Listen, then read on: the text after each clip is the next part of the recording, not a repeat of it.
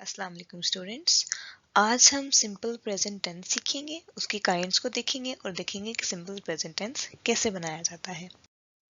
Simple present tense को हम present indefinite tense भी कहते हैं। सिंपल प्रेजेंट टेंस आमतौर पे एक एक्शन जाहिर कर रहा होता है जो कि रेगुलरली किया जाता है या फिर वो बाय हैबिट किया जाता है, यानी कि कोई काम या तो आप हर रोज़ कर रहे हैं या फिर आपकी वो करने की हैबिट है। तो ये रेगुलरिटी को जाहिर कर रहा होता है, हैबिट को जाहिर कर रहा होता है, इस चीज़ को जाहिर नहीं कर रहा होता कि अभी वो काम हो रहा है। इसके हम कुछ एग्जांपल्स पढ़ेंगे तो आपको आइडिया हो जाएगा इसका क्या मतलब है। इसके अलावा सिंपल प्रेजेंट टेंस एक और टाइप के भी होते हैं जिसमें फैक्ट्स स्टेट किए जा रहे होते हैं। फॉर एग्जांपल जैसे अगर मैं कहती हूँ कि सूरज मशरिक से निकलता है तो ये एक फैक्ट है।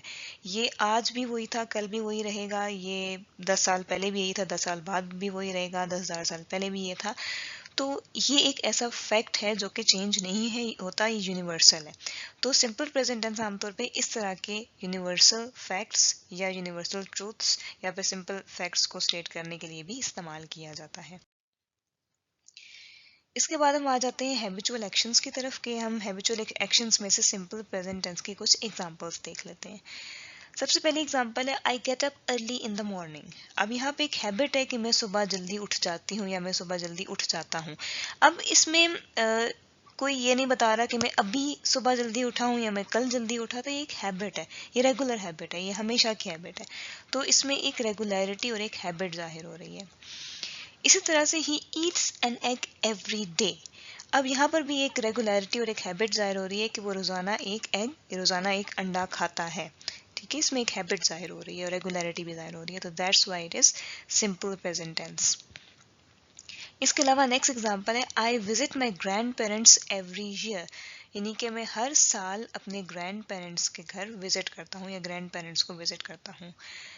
तो इसमें भी अगर आप देखें तो एक रेगुलरिटी जाहिर हो रही है। बेशक इसमें हैबिट नहीं है, एक साल के बाद की बात है, लेकिन इसमें एक इंटरवल है, इसके बाद वो काम हो रहा है, हर साल वो काम हो रहा है, तो उसमें एक रेगुलरिटी नज़र आ रही है।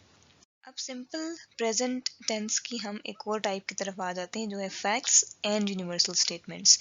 इस टाइप में क्या होता है कि ऐसे फैक्ट्स जो कि कभी चेंज नहीं होते, जो कि हमेशा से इसी तरह से हैं और मोस्ट प्रोबेबली फ्यूचर में भी वैसे ही होते रहेंगे। इसकी एक एग्जांपल है the earth revolves around the sun, यानी कि ज़मीन सूरज के गिर्द गर्दिश करती है, ज़मीन सूरज के गिर्द घूमती है। अब ये सिर्फ आज की बात नहीं है, ये सिर्फ आज कल परसों की बात नहीं है, ये कई हजार साल से ऐसे ही हो रहा है। तो हम ये कह रहे हैं कि हमेशा से, ये हमेशा के लिए, हर रोज़ के लिए, हर साल के लिए कि अर्थ सन के गिर्द गर्दिश करती है। इसके अलावा नेक्स्ट एग्जांपल है the sun arises in the east, यानी कि सूरज मशरिक से तुलू होता है। अब हमें ये पता है कि ये कोई आजकल की बात नहीं है, हम सिर्फ हमारे बचपन की बात नहीं है, हमारे पेरेंट्स के बचपन की बात नहीं है, हमेशा से ही ऐसे होता रहा है कि सूरज मशरिक से ही तुलू होता है। तो एक यूनिवर्सल स्टेटमेंट है, ये एक फैक्ट है। इसका ये मतलब नहीं कि ये अभी प्रेजेंट में हो रहा है, ये एक यूनिवर्सल फैक्ट है जो कि हमेशा से ऐसे ही होता रहा है। तो जब हम इसे लिखेंगे तो हम इसे सिंपल प्रेजेंट टेंस की तरह लिखेंगे। इसके बाद हम आ जाते हैं kinds of simple present tense. इसमें जैसे सिंपल प्रेजेंट टेंस की भी फर्दर काइंड्स होती हैं, हम उनको वन बाय वन स्टडी भी करेंगे। 3 काइंड्स हो सकती हैं, अफर्मेटिव, नेगेटिव एंड इंट्रोगेटिव। इनको हम एक with examples and with sentence structure one by one देख लेते हैं। सबसे पहले हम पढ़ेंगे अफर्मेटिव सेंटेंस। अफर्मेटिव सेंटेंस में ये होता है कि कोई भी फैक्ट्स स्टेट किए जा रहे होते हैं, कोई भी बात बताई जा रही होती है, इन्फॉर्मेशन दी जा रही होती है।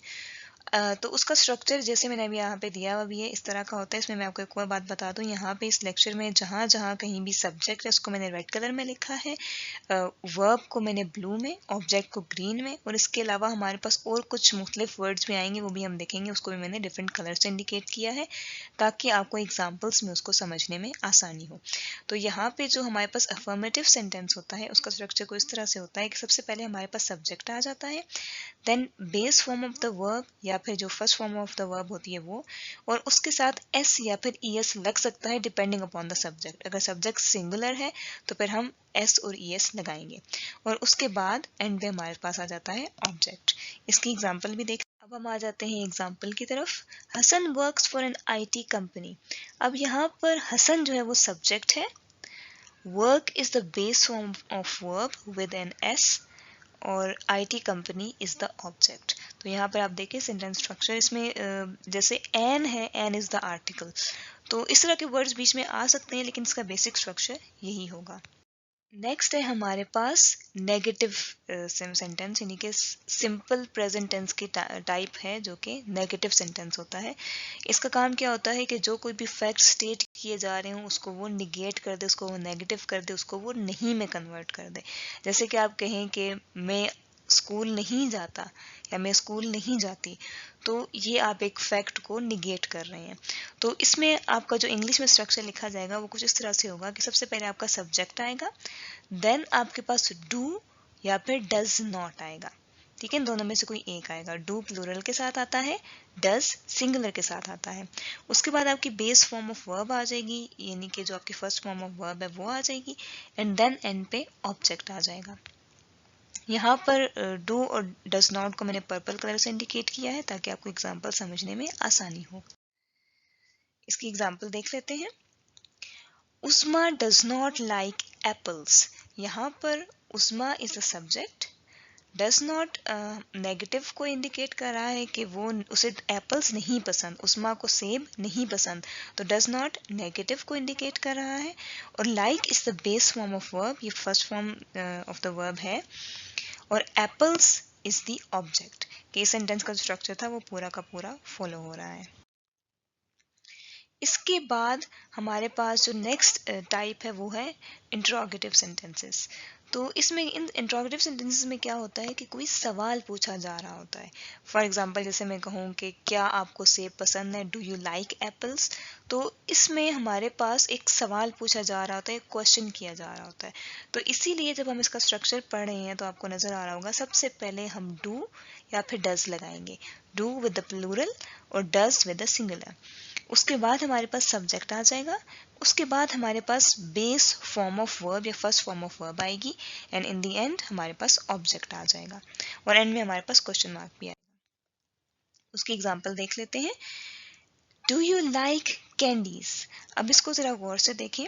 हमारे पास सबसे पहला जो वर्ड है do, that is the interrogative word, और ये हमारे से सवाल पूछ रहा है। उसके बाद you is the subject, like is the base form of verb and candies is the object। तो इस एग्जाम्पल से आपको समझ आ गया होगा कि ये एक इंट्रोगेटिव सेंटेंस है और ये भी एक सिंपल प्रेजेंट टेंस की एग्जाम्पल है। अब आ जाते हैं आपके होमवर्क की तरफ। उम्मीद है आपको ये जो कॉन्सेप्ट मैंने पढ़ाए हैं आपको अच्छे से समझ में आ गए होंगे। अब आपने होमवर्क क्या करना है कि आपने अपने पास से 4 सिंपल प्रेजेंट टेंसेस की एग्जाम्पल लिखनी है, 4 एग्जाम्पल्स लिखनी है। मैंने जो एग्जाम्पल्स आपको कराई हैं आपने वो एग्जाम्पल्स रिपीट नहीं करनी, बुक वाली एग्जाम्पल्स आपने नहीं लिखनी, बल्कि अपने पास से आपने सेंटेंसेस लिखने हैं। और ये जो 4 एग्जाम्पल्स हैं, 4 सेंटेंसेस जो आपने बनाने हैं, इसमें से लाजमी एक जो है अफर्मेटिव होना चाहिए, एक नेगेटिव होना चाहिए और एक इंट्रोगेटिव होना चाहिए। ये 3 लाजमी मुख्तलिफ होने चाहिए। इसके अलावा चौथा आपकी अपनी मर्जी है, कोई सा भी बना लें। तो 4 एग्जाम्पल्स में आपके पास ये तीनों टाइप्स कंप्लीट होनी चाहिए, और ये काम आपने पिछले सारा जो मैंने आपको काम करवाया है उसके साथ ही आपने कमिंग वेडनेसडे को सबमिट करवा देना है। तो इस वीक का जो काम है, कुछ काम मैं आपको भी कल भी दूंगी, तो उस सब पूरे काम को कंबाइन करके आपने वेडनेसडे तक कंप्लीट करके स्कूल में सबमिट करवा देना है। और अगर कोई बात समझ नहीं आती तो आप पूछ सकते हैं। Thank you very much.